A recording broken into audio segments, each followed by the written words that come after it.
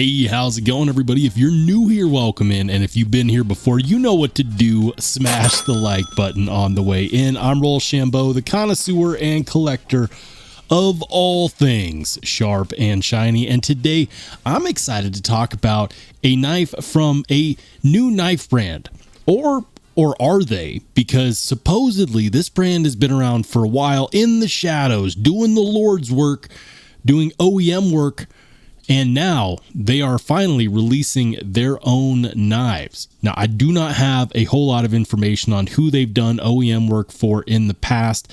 If you've noticed lately, there have been a lot of companies putting out premium knives, but keeping it hush-hush when it comes to who actually makes them. Well, Ferramonster makes their own knives, so they are their own OEM. There's no mystery there, but we do not know who they have been doing OEM work for. Now, I understand that there's been some rumors out there that maybe they are the ones behind the amazing work coming out of Bestech, but that is unconfirmed, and so we are not going to speculate too much on that. Thank you to Ferramonster for sending this my way. I reached out to them, and I reached out to them because I could not take it any longer. I have been seeing so many of these knives on social media. I've been seeing other channels checking them out, and I couldn't help myself because they look fantastic. This is the Ferramonster Aurora Rays. Say that 5 times fast, and if you get it all right,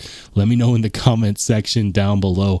This knife is gorgeous. There is no two ways about it. It's got a little bit of a Herman Dragonfly-esque theme going on here, or maybe it's just the sunburst milling pattern on the handle scales. Either way, we're going to dive into it, starting off with, well, what is it made out of? And what does it cost? Let's talk about it. First and foremost, this knife is what most would consider to be a full-size knife, coming in at 8.2 inches overall, or at least that's what it says on the website. Let's go ahead and do a quick fact check on that.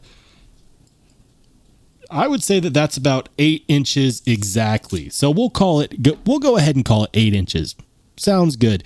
The blade is made out of M390, and they are claiming 60 to 62 on the Rockwell hardness for that. And check this out. It's this gorgeous harpoon style drop point blade, and they don't list this, but they should, because that looks like a hand satin finish. This is one of the prettiest blade finishes that I've experienced all year round. The handle scales are titanium, and it's beautifully milled. There is absolutely no harsh spots on this whatsoever, and there's a lot of opportunity for it with this deep sunburst style milling, which radiates from this single-sided captive pivot. We're looking at a frame lock that is going to be locking up at about 30%, which equals a extremely solid lockup and lockout. It also features a 3D milled geared titanium backspacer with a lanyard hole in the backspacer, hallelujah, as well as a 3D milled titanium contoured pocket clip. The insides of those handle scales are nicely milled out, and it's going to be coming in just under 4 ounces.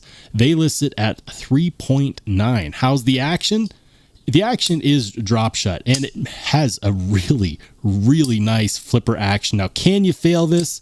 I haven't been able to as of yet. Yeah, no, I've definitely tried, and there is absolutely no failing this. Even for the limpest of wrists, you will not fail this action. More on these handle scales. Check out the hardware. That is, in fact, T8 hardware. Here's my T8 bit. Yep, we have T8 on the body screws, T8 on the pocket clip screws, T8 on the lock bar, and, of course, T8 on the pivot. That is fantastic. There's a lot to love here on this knife, especially with the ergos. This knife isn't what I would consider to be extremely hand melting, but it is definitely comfortable. It has a bit of a sharpening choil here, and it is a little bit close to the plunge grind, but it's not something that I honestly would worry too much about.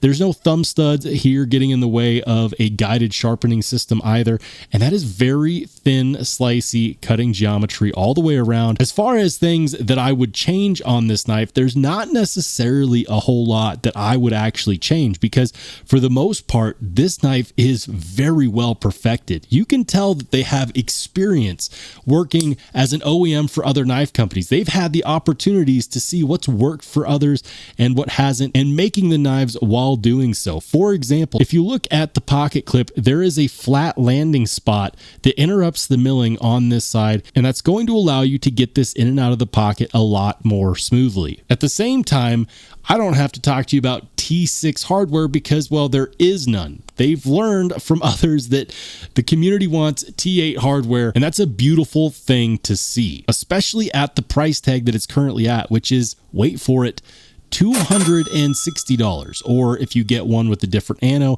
I've seen them as low as $250. By the way, if you decide that you want to support this channel, and if you decide that you want to pick one of these up, I'll make sure to link in the description down below. That is an affiliate link. Using that definitely helps the channel, but that's entirely up to you. But it's not all sunshine and roses, because there are actually a few things that I would still recommend updating and or changing, but none of the following is what I would consider to be an absolute deal breaker, at least for me. If it is for you, make sure to let me know in the comment section down below. We're going to start off with this pocket clip. Now, the pocket clip looks fantastic. It's very ergonomic. It disappears in the hand when you're holding it, and that's great. However, it has a very low height, and that low height means that it is going to come across a bit stiff. It's stiffer than I would like, and the way that they could fix that is actually by raising the amount of space that they have between the pocket clip and the scales. Let me show you what I mean. This is one of my favorite knives this year. This is the Vosteed Psyop, and take a look at the amount of space between the top of the pocket clip and the handle scales, and then compare it to the amount of space in the Aurora Rays. As you can see, it is actually much taller, and what that allows is for more flexibility. That flexibility is important when it comes to putting in and out of the pocket. It's going to fit over material more, and it's going to fit over thicker material better, which is typically something that is harder for 3D milled titanium pocket clips. The next thing isn't really an issue for me, but I can definitely tell that there's going to be some people griping about this, and that's going to be blade to handle scale ratio.